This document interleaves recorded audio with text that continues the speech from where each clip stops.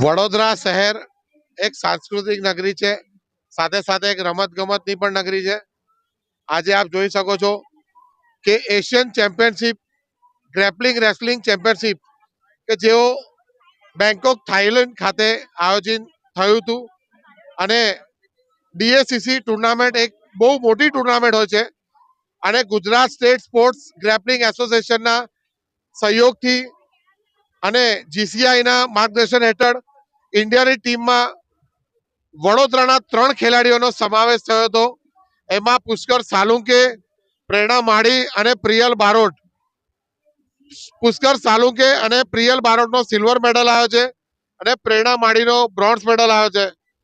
આ એક એવો પ્લેટફોર્મ છે કે જ્યારે વડોદરાની કુસ્તી નીચલા સ્તર પર જઈ રહી હતી એ સમયે વડોદરાના પહેલવાનોએ વડોદરાને, ગુજરાતને અને આખા ભારતને મેસેજ આપેલો છે કે વડોદરાની અંદર આજે પહેલવાની જીવંત છે. અને આપ જોઈ શકો છો કે શિયાળાની ઠંડીના અંદર આટલી ઠંડીમાં આટલા ચાહકો, એમના પ્રશંસકો, એમના રિશ્તેદારો આજે આ વડોદરા રેલવે સ્ટેશન પર વડોદરાના રિક્ષા ચાલકો હોય કે કુલી સમર્થક હોય કે વડોદરા વાસીઓ હોય, તમામના આશીર્વાદ આ ખેલાડીઓને મળેલા છે. અને આજે વડોદરા રેલવે સ્ટેશન પર આ ખેલાડીઓનું ભવ્યમાં ભવ્ય સ્વાગત થઈ રહ્યું છે.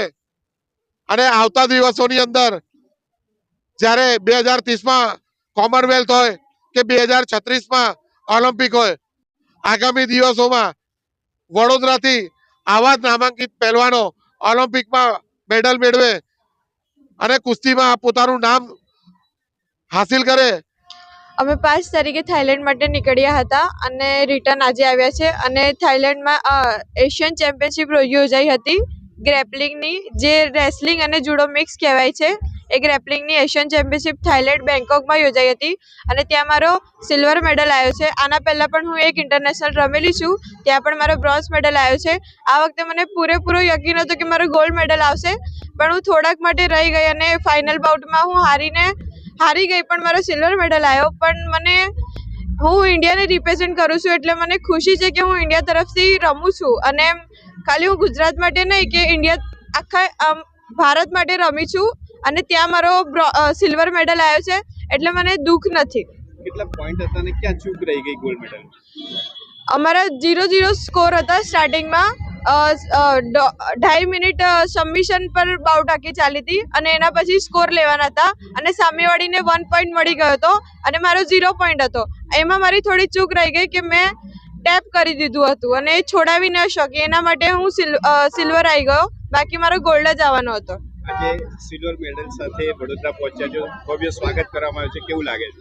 આજે સિલ્વર મેડલ સાથે છું તો થોડી દુઃખી છું, પણ આટલા બધા પાછળ ઊભા છે એટલે મને એમ કશું પ્રોબ્લેમ નહીં થતી અને બહુ ખુશી, બહુ આનંદ થાય છે કે અમને જોઈને બીજા પણ કંઈક નવું શીખે છે. ગોલ્ડ મેડલ માટે હવે કેટલી મહેનત કરશો? હવે ગોલ્ડ મેડલ માટે પૂરેપૂરી મહેનત રહેશે અને થોડીક પણ ચૂક નહીં થવા દો. થાઈલેન્ડમાં બહુ અઘરી ફાઇટ્સ હતી, બધા કન્ટ્રીથી અલગ અલગ પ્લેયર્સ આવ્યા હતા જેમને કમ્પીટ કરીને મારો સિલ્વર મેડલ આવ્યો છે. જ્યાં મારા કોચ સર જીતુ સર, પ્રકાશ સર અને મારા જીસીઆઈનો બી બહુ મોટો સપોર્ટ છે અને કૃષ્ણા સર બી અમારા હેડ કોચ છે, એનો એ બહુ મોટો સપોર્ટ છે. ક્યાં ચૂક રહી ગઈ ગોલ્ડ મેડલમાં? થોડીક ચૂક રહી ગઈ સેકન્ડ બાઉટમાં ફાઇનલમાં, જેમાં સબમિશનમાં મારે નહીં કંટ્રોલ થયું. નેક્સ્ટ ટાઈમ મારી આ પ્રયાસ રહેશે કે હું સબમિશનમાં કંટ્રોલ કરી શકું અને ગોલ્ડ મેડલ પ્રાપ્ત કરી શકું.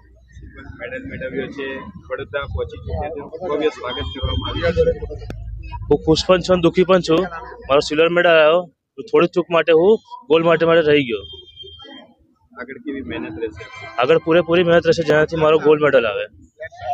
થાઈલેન્ડની જર્ની મારી બહુ જ સારી રહી અને મેં અત્યારે બહુ જ ખુશ છું કે મેં ઇન્ડિયા માટે મેડલ લઈને આવી.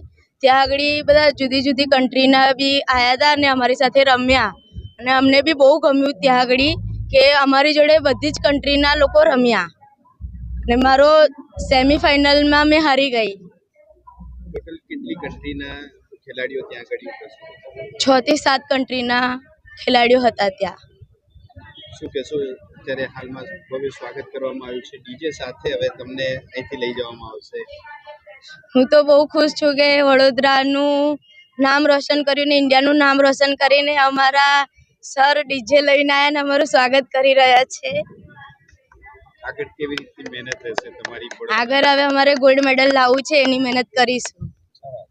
આજે અમારી વડોદરા સુંદર નગરીમાં બહુ ગૌરવની વાત છે કે અમારા વડોદરા શહેરની અંદર આવા છોકરાઓ છોકરીઓ પણ કુસ્તીની અંદર થાઈલેન્ડ ગયા અને ત્યાંથી હિન્દુસ્તાનનું વડોદરા શહેરનું નામ રોશન કરીને આવ્યા અને સિલ્વર અને બ્રોન્ઝ મેડલ જીતીને વડોદરા શહેરમાં આવ્યા અને વડોદરા શહેરના ઘણા લોકો જે અહીંયા ભેગા થઈને આ છોકરાઓના સ્વાગતોમાં આવે છે. એવા કોઈ પણ હોય અમારા વડોદરા શહેરના જે વર્ષોથી જે પરંપરા મુજબ જે કુસ્તી કે રમતગમતમાં આજે પણ લોકો ઇન્ટરેસ્ટ ધરાવતા હોય છે, એમના માટે પણ એટલે હોસલા અફજાઈ માટે અમારે આવું વિસ્તારોમાં રમતગમતના પ્રોગ્રામો પણ કરવા જોઈએ કે જે આ છોકરાઓથી એમને પણ શીખ લેવી જોઈએ અને એમના માટે દુઆ કરવી જોઈએ કે ઓલિમ્પિક જેવા પણ આ રમતોમાં એ લોકો ભાગ લઈ શકે. હું હાજીદાસ સગીર શેખ ભોલુ બાપુ મસ્તાન ભાવની દરગાહ અને આ છોકરાઓને એમના પરિવારને ખૂબ ખૂબ અભિનંદન.